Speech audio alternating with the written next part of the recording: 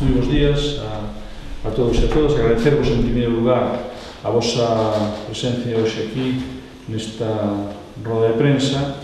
donde, de alguma maneira, vou a presentar o que é o POS para o ano 2011 e o que vai a supoñer para o Concello, concretamente para o Concello de Narón. En primeiro lugar, decir que o pasado, no último pleno que se celebrou na Diputación da Coruña, aprobouse o Plan de Obras e Servicios, que iso é o significado da palabra POS, que ademais elabórase o 2011 nun momento de crisis económica no que a Diputación, eu creo que volve a estar novamente e quere cooperar especialmente cos concellos na garantía do funcionamento dos servicios públicos mínimos e obrigatorios en cada concello según a súa poboación. E isto queremos facer cos 94 concellos da provincia. Tal e como fixemos xa o pasado, no anterior POS, no que se corresponde co ano 2010, novamente deixamos aberta a posibilidade de que a cantidade consignada a cada un dos concellos podan dedicar un 50% a inversión e outro 50% a gastos. Cando falamos do 50% de inversión, estamos referindo a que se destinarán necesariamente a realización de obras precisas para a efectiva prestación de servicios, que no caso concreto do Concello de Narón, as actuacións do POS viñan a ser prácticamente a totalidade da actuación do Concello na zona rural, e algunhas obras tamén que se realizaban na zona urbana, pero prácticamente toda a actuación que facía o Concello de Narón na zona rural estaba financiada pola Diputación de Coruña. Estamos a falar de alumeados, estamos a falar de pequenos saneamentos, estamos a falar de aglomerados nas pistas, etc. Este sería un 50%, e outro 50%, hai un 50% mínimo, que ten que ser ese, e outro 50% que os concellos poderían destinalo a gasto corrente. Non sabemos na provincia as dificultades que existen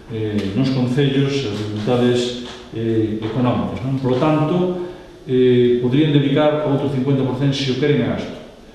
Nunca máis do 50%, pero hasta o 50% poderían dedicalo tamén a gasto en ese sentido.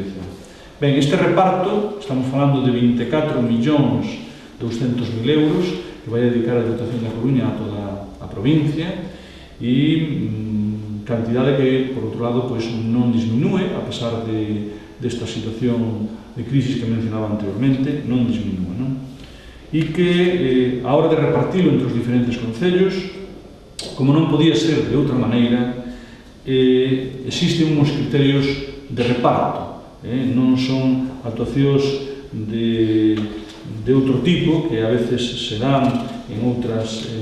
administracións ou se puderan dar en outras administracións. En este caso, os criterios de reparto son 10% en unha cota fixa, exactamente igual para os concellos,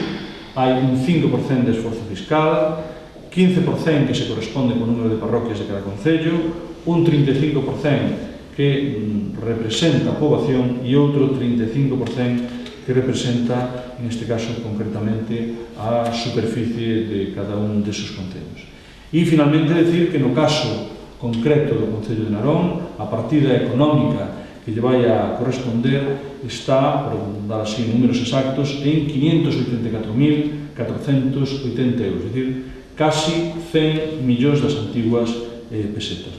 que é unha cantidade que, por outro lado, medra con respecto ao ano 2010, non medra importantemente, pero medra, estamos falando que o ano anterior foron 579.728, é dicir, nestes momentos de crisis, volvo a repetirlo, a Diputación da Coruña está, como xa viña facendo, é dicir, o POS é unha peza máis das que está utilizando a Diputación da Coruña na súa colaboración con os concellos, e, neste caso,